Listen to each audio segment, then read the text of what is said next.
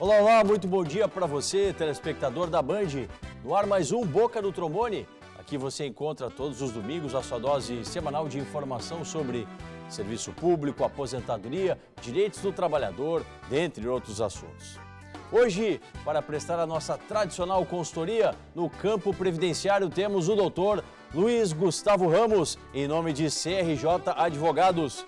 Quem também participa do programa de hoje é o diretor de Assuntos Políticos da Associação dos Sargentos, Subtenentes e Tenentes da Brigada Militar, Alex Caiel da Silva. Esses são os convidados do programa de hoje. Agora é hora de colocarmos a Justiça em Foco.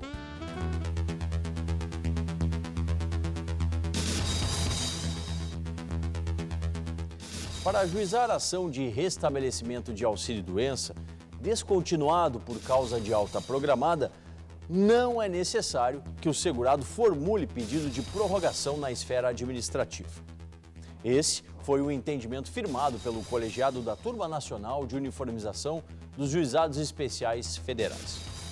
O Supremo Tribunal Federal já tem esse entendimento, haja vista que a alta programada é, por si só, uma resposta da administração no sentido de que, em determinada data, a incapacidade não mais existirá, afirmou o juiz federal Douglas Gonzalez, relator do processo.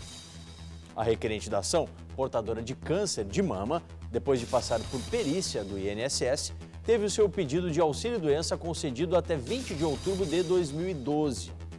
Após essa data, a autarquia cancelou o benefício com o fundamento de que ela não havia pedido a prorrogação do auxílio. Teve o pedido negado em primeiro e segundo graus pela turma recursal do Paraná. A autora, então, entrou com pedido de uniformização de jurisprudência junto à TNU, onde a interessada sustentou que a decisão diverge da jurisprudência do STJ e da própria turma nacional. A questão da alta programada no auxílio-doença é um verdadeiro descompasso com os avanços da medicina e o princípio da eficiência constitucional. A determinação de um prazo certo para o término do benefício é um verdadeiro exercício de adivinhação, enquanto que a falta da observância dos entendimentos dos tribunais superiores é um retrocesso na Justiça Federal.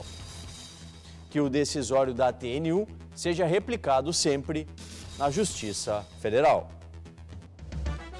Agora que colocamos a Justiça em Foco, que tal começarmos o programa com a nossa interatividade? Ao interagir com a gente pelos nossos canais de interatividade, não se esqueça de deixar o seu nome e a cidade onde você está falando. Vamos lá, as primeiras questões, as primeiras perguntas. Essa vem lá de Tupanciretã, do Jorge. Possuo 2 contratos de trabalho que não constam no CNIS. Tem o xerox autenticado das carteiras. Isso faz com que eu consiga comprovar o tempo de contribuição? É a pergunta do Jorge, nosso telespectador. Meu caro Dr. Luiz Gustavo Ramos, obrigado por estar com a gente na manhã desse domingo. Bom dia. Bom dia, doutor Solano. Bom dia, Cael. Bom dia aos nossos telespectadores. Bem, respondendo à pergunta, toda vez que um vínculo de emprego não estiver anotado no Cadastro Nacional de Informações Sociais, aquele que é mantido pelo INSS, geralmente o segurado terá dificuldade, sim, de fazer com que o INSS reconheça o vínculo de emprego, ainda que ele esteja anotado na carteira de trabalho. Judicialmente, se tem entendido que as anotações feitas na carteira gozam de presunção de veracidade. Portanto, se o INSS indeferir o pedido de cômputo desses interstícios anotados na carteira, o que deve acontecer, eu aconselho o nosso telespectador a procurar o Poder Judiciário. E mais, se essas empresas ainda existirem, eu lhe aconselho a procurá-las e solicitar uma cópia do livro de registro de empregados, porque se o senhor tiver na posse de cópia do registro de empregados, aonde conste lá todas as suas anotações, a data da sua entrada, a data da sua saída, isso fará com que o próprio INSS aceite o vínculo e acabe computando isso já na esfera administrativa. Uma outra questão vem aqui de Nova Santa Rita, do Alexandro. Caso a empresa negue a fornecer o PPP, o que faço? Bem, se a empresa se negar a fornecer o PPP, no meu modo de ver, o próprio Poder Judiciário, a Justiça Federal, onde o INSS está sendo demandado, deveria intimar a empresa a apresentar o PPP. No entanto, não é esse o entendimento atual da Justiça Federal, que é a justiça competente para as ações onde o INSS figura como réu. Então, o que o senhor deve fazer? Ajuizar uma demanda trabalhista contra a empresa, para que na demanda trabalhista essa empresa seja obrigada a lhe disponibilizar o perfil profissiográfico previdenciário. Ainda que o senhor tenha encerrado esse vínculo laboral há mais de 2 anos, o senhor pode demandar essa ação na Justiça do Trabalho e exigir que a empresa lhe forneça o PPP. Então esse seria o caminho mais adequado. Tá certo.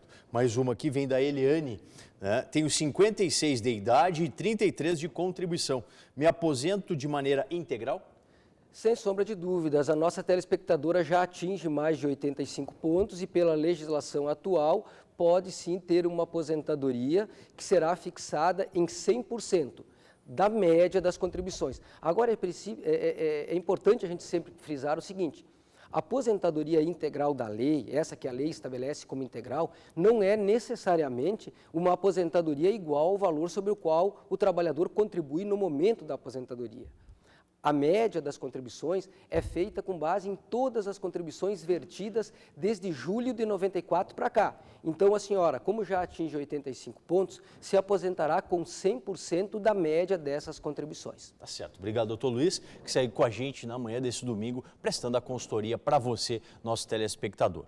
Conosco também já está aqui na bancada o Alex Caiel da Silva, ele que é diretor de Assuntos Políticos da ASSTBM, falando em questões políticas, né? Ambiente conturbado nas últimas semanas na Assembleia Legislativa, não é, Caiel? E assim, o que se denota e infelizmente se constata é que todos os decisórios, aquilo que foi aprovado foi num viés negativo para o servidor público.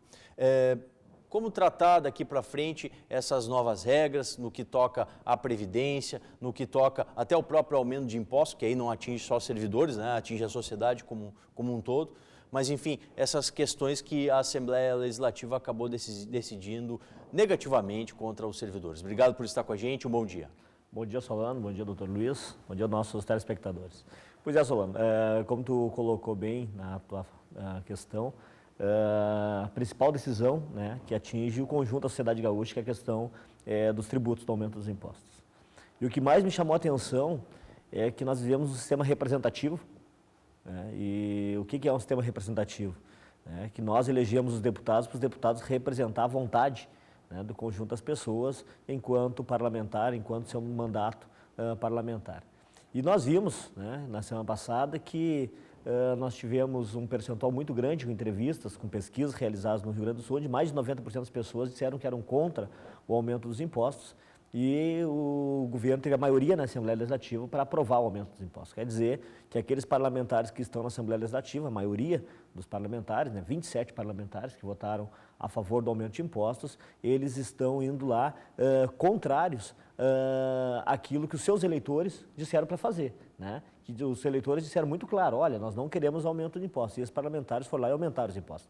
Então é importante que o nosso telespectador fique atento aos deputados que fizeram isso, né, para que na próxima eleição não repitam seu voto nesses parlamentares que não estão honrando o voto do cidadão, da cidadã e não estão lhes representando com fidelidade na Assembleia Legislativa. E o aumento de impostos sempre é a maneira mais simplista de tentar se solucionar a questão de uma melhor arrecadação.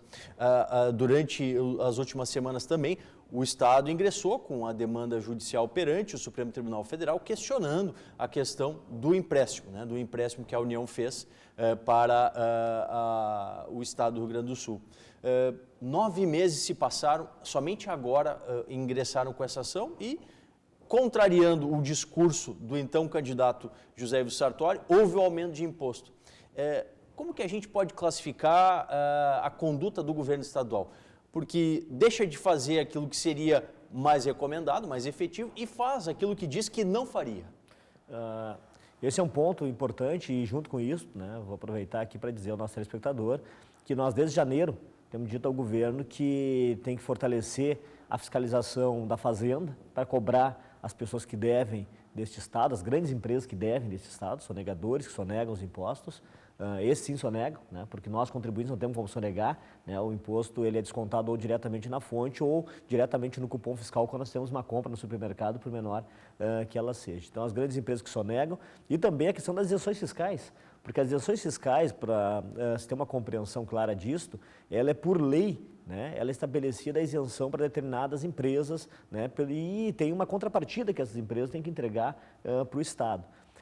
E nós sabemos que muitas dessas empresas não estão entregando a contrapartida que está disposta na própria legislação que criou a isenção, né, de certa parte dos seus tributos. Então, nós estamos desde janeiro dizendo para o governo, né, para verificar a contrapartida dessas empresas, se for o caso, então, tirar as isenções fiscais que entrariam milhões de reais para os cofres públicos e não precisaria, mais uma vez, penalizar o conjunto da sociedade, aumentando, né, a carga tributária.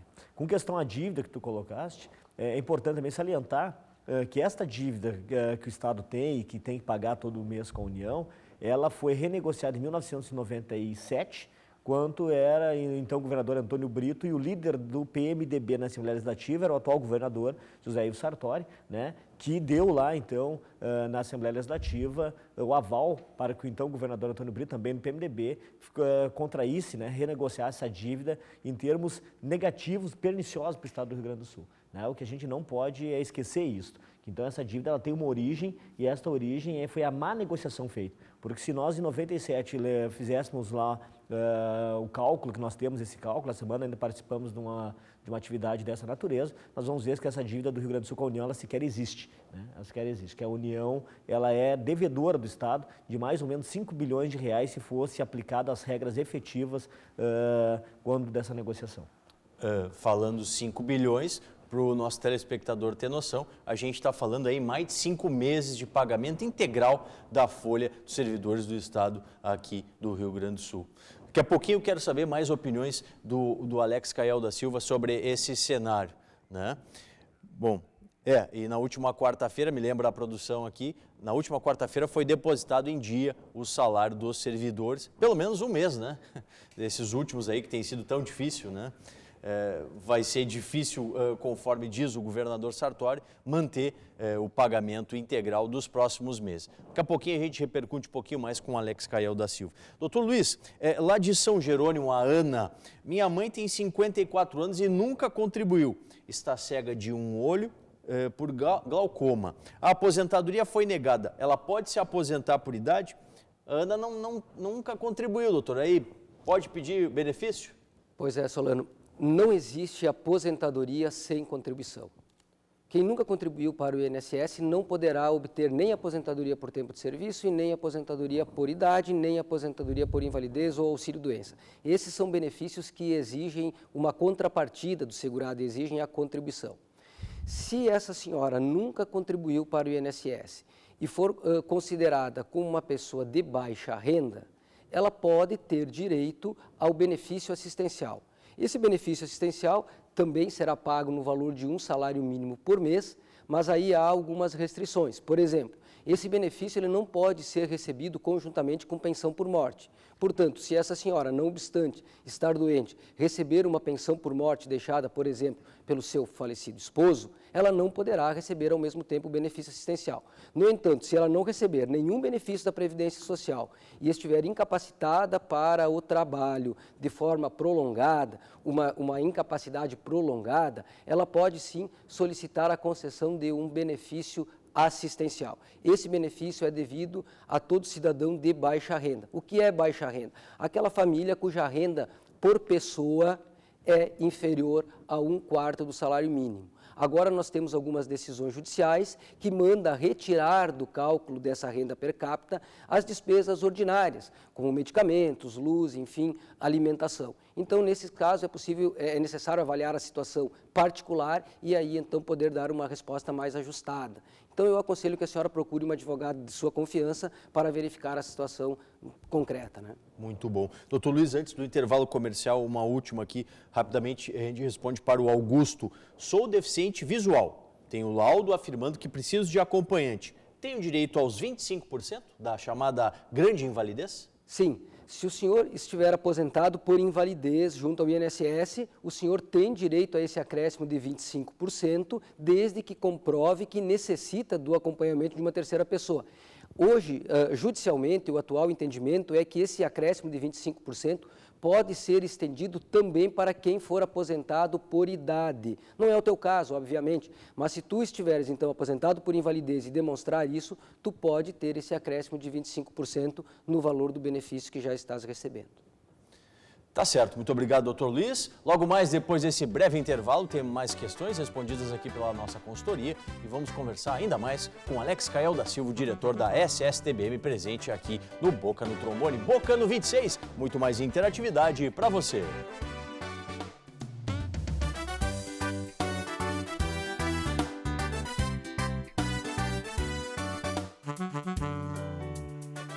Fesergues, 25 anos, a luta continua.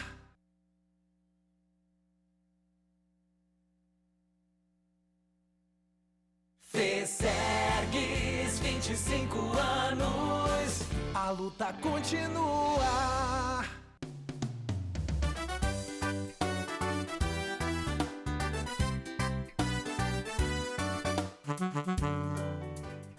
De volta com mais Boca no Trombone, vamos interagir e continuar a interatividade com os nossos telespectadores.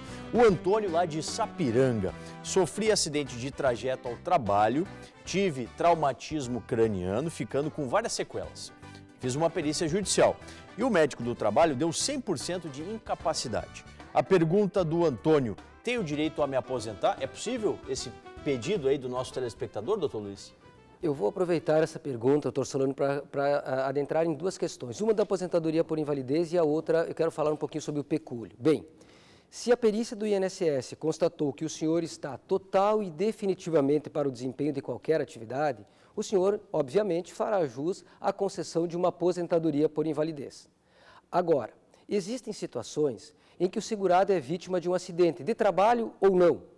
Ele passa um determinado período em auxílio-doença, e aí ele se recupera. Ele tem condições de voltar ao mercado de trabalho, no entanto, com a capacidade reduzida em decorrência das sequelas desse acidente. Todo segurado do INSS que se encontrar nessa situação, ou seja, que retornou ao trabalho, mas com limitação na capacidade, tem direito ao chamado, ou popularmente chamado, pecúlio. Também legalmente é previsto como auxílio acidente. Então, e esse é um benefício muito importante que o INSS, na maioria das vezes, não reconhece o direito ao segurado. Então, na maioria das vezes, o segurado ele sofre o acidente, volta ao trabalho com a capacidade reduzida e não tem esse direito reconhecido pelo INSS. E é bom a gente trazer essa informação, porque o universo de pessoas com direito a esse pecúlio é relativamente considerável. Então, as pessoas devem buscar esse benefício junto ao INSS. Mas, respondendo objetivamente à pergunta, o nosso telespectador tem sim direito à aposentadoria por invalidez. Muito bom. A Rejane aqui de Porto Alegre, aposentei-me em junho de 2011. Sempre pagando sobre 10 salários. Porém, a empresa descontou sobre um salário durante 7 anos. Tem os contra-cheques para comprovar. Pergunta dela, posso pedir revisão? Sem sombra de dúvida, Solano. A nossa telespectadora ela tem duas demandas. Uma é a demanda trabalhista, que aí é necessário ver se continua trabalhando, se já encerrou seu vínculo de trabalho, se há ainda prazo para a demanda trabalhista, né? E vai demandar contra a empresa. No que diz respeito à aposentadoria, ela deve ajuizar uma ação de revisão contra o INSS ou até postular administrativamente, juntando ali todos os seus contra-cheques. Se ela provar que a sua remuneração era superior, o fato da empresa não ter contribuído com o valor correto é um problema que deve ser resolvido entre a empresa e o INSS. Jamais o segurado pode ser responsabilizado pela desídia da empresa, porque o dever de fiscalização não é do empregado, e sim do próprio INSS. Mais uma, final do telefone 2162. Tenho 53 anos de idade, 1 ano de quartel e 28 na agricultura, com um bloco de produtor. Posso me aposentar? Bom, o telespectador não informa se é homem ou mulher, e aí há a diferença. Pelo cenário da pergunta, tá, eu só imagino a possibilidade de uma aposentadoria como segurado especial, como agricultor, porque a pessoa passou a vida inteira laborando no meio rural. teve aquele ano de serviço militar.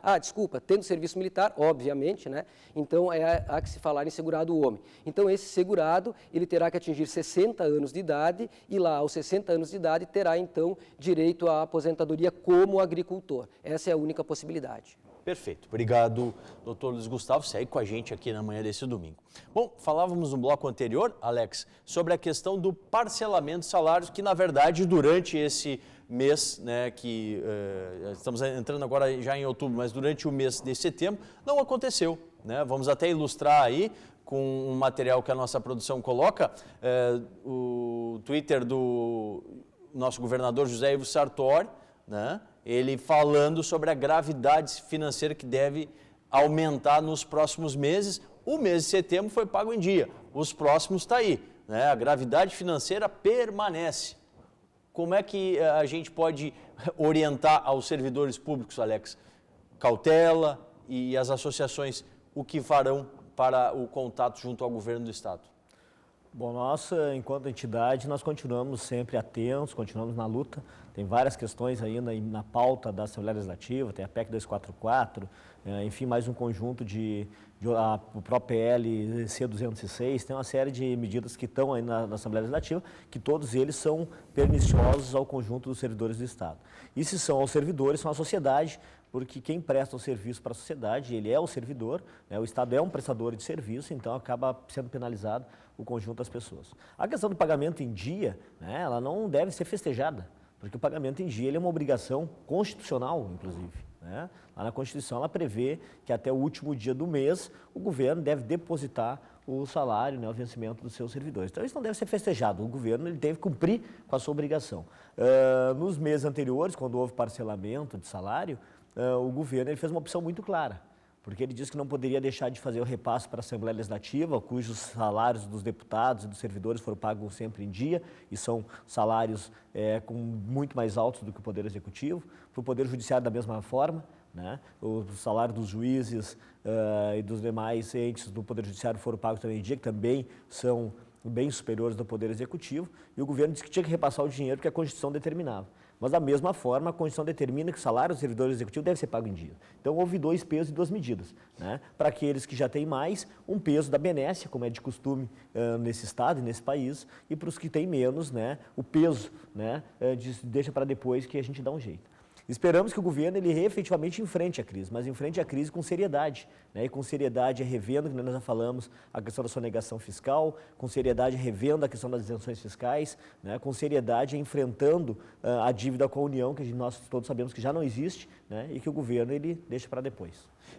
Até sobre isso, a interatividade funciona. O Paulo, lá do município de Condor, quanto tempo vai durar a crise? Vai depender muito da criatividade do governo, né? Buscar alternativas, como você bem coloca, né, Kael? Aumentar a questão da fiscalização, ter efetivamente aí um controle maior, por exemplo, na redução dos cargos em comissão, são medidas que podem ser feitas, né?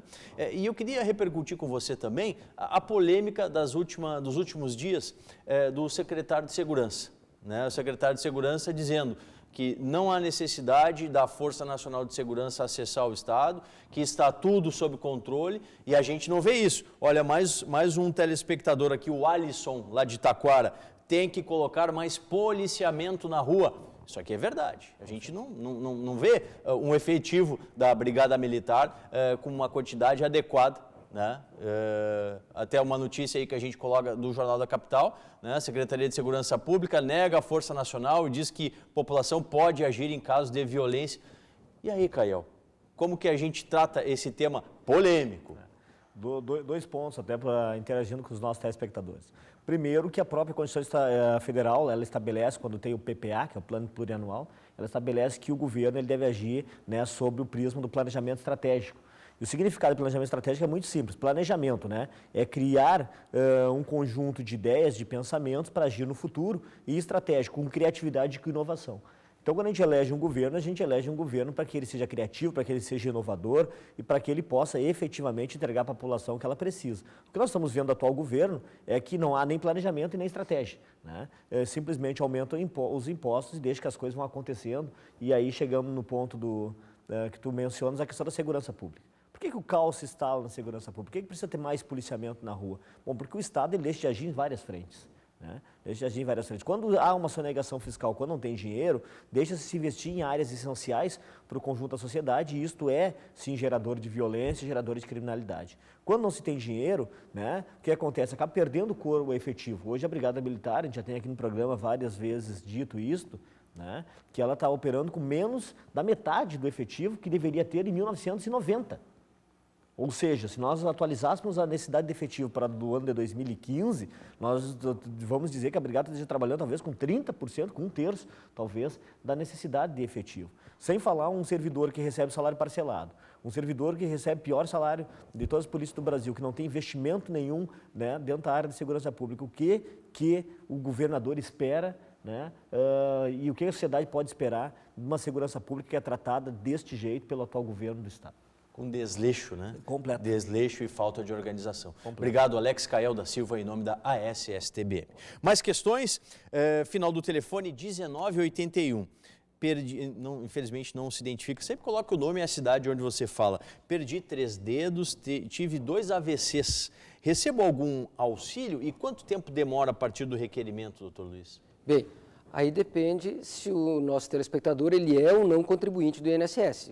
Parto do pressuposto que ele esteja contribuindo para o INSS. Se ele estiver contribuindo e em decorrência do AVC ele não mais puder desempenhar a sua atividade habitual, ele tem direito ao auxílio-doença. Se ele estiver completamente incapaz para toda e qualquer atividade, terá direito à aposentadoria por invalidez. No que diz respeito à perda dos dedos, decorrente de um acidente, obviamente, ele teria direito ao pecúlio, esse que eu referi na resposta anterior, mas esse deve ser postulado junto ao INSS e, caso negado, deve ajuizar uma demanda judicial. Então, são benefícios distintos. O pecúlio para fazer frente à perda dos dedos, a limitação na capacidade. E o auxílio-doença ou aposentadoria, caso ele esteja totalmente incapaz para o desempenho das suas funções. Mais uma também, final do telefone 7984. Meu filho tem 9 anos de idade, sofre de epilepsia, faz tratamento, toma medicamentos. Ele tem direito ao benefício de auxílio-doença? Está meio precoce aqui. Não, direito ao auxílio-doença não, porque esse menino ele jamais se tornou segurado do INSS. Ele não se tornou segurado e, como tal, ele não verteu contribuições e, portanto, ele não tem direito ao auxílio-doença. O que ele pode fazer jus é a concessão do benefício assistencial, LOAS. Me socorre aqui o doutor Solan. Ele tem direito, então, ao benefício assistencial, popularmente conhecido como LOAS também, se a família for uma família de baixa renda, e aí os critérios são aqueles que eu referi na resposta anterior. Mais uma, né? 5150, possuo etiologia muscular. Tenho 40 anos de idade, 15 anos de livro guia, mas tenho como comprovar que trabalho desde os 7 anos de idade na agricultura. Pergunta dele, também sobre benefício de incapacidade, se ele pode pedir o auxílio-doença. Pode. Se ele, pelo que eu percebo, atualmente ele também desempenha atividade rural e o segurado especial, o trabalhador rural, também tem direito ao benefício por incapacidade, auxílio-doença ou aposentadoria por invalidez. A qual dos dois benefícios o segurado vai fazer jus depende do resultado da perícia médica. Se ele estiver total e permanentemente incapaz para o trabalho, aposentadoria por invalidez. Se essa incapacidade ela não for permanente, ele terá então direito apenas ao auxílio-doença. Tá certo. Obrigado, doutor Luiz Gustavo Ramos. Falou conosco hoje em nome de CRJ Advogados. Bom, ponto final e mais um Boca, que vai ao ar na sua Band TV, sempre aos domingos, das 7 às 7h30 da manhã. Mais informações sobre o programa, as reprises, fotos, vídeos e informações, além do programa na Rádio Bandeirantes FM 94,9 e AM 640, curta a nossa fanpage lá em facebook.com/Programa Boca no Trombone, Bocando 26. Muito mais interatividade para você.